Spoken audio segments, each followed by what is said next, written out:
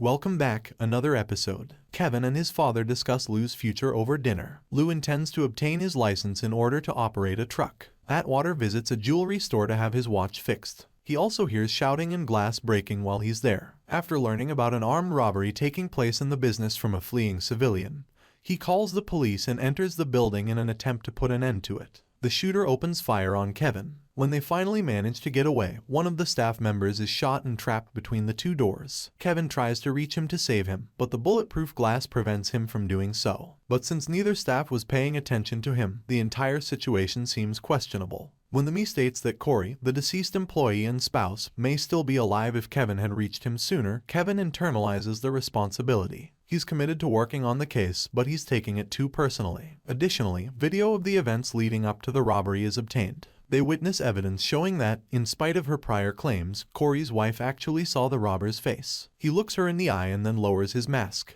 When Atwater approaches the woman at her house to discuss it, she shuts him down and accuses him of not reaching her husband in a timely manner. They station police outside her house and she gives Atwater the impression that she is afraid for her life. When Kevin and Ruzek visit a pawn shop to obtain an ID on one of the robbers, Ruzek observes that Kevin becomes rather agitated with the man in order to obtain information. Atwater answers a call they get about another robbery with a similar method of operation. They pursue the criminals who begin shooting people, but Kevin chooses to help a victim who has been shot rather than go after one of the thieves since he is still thinking about what happened earlier. Ruzek follows up with Kevin and extends an invitation to speak with him, realizing that his decision to not pursue the culprit was not the wisest one. Voight, who is angry that they lost the suspects, asks Kevin to find a way to pressure Teresa into talking. Kevin speaks with his father, who tells him to quit thinking of himself as responsible for everything and everyone and offers him the motivation and support he needs. Kevin gets Teresa to identify one of the robbers, Philip Morris, by using information from his son's background.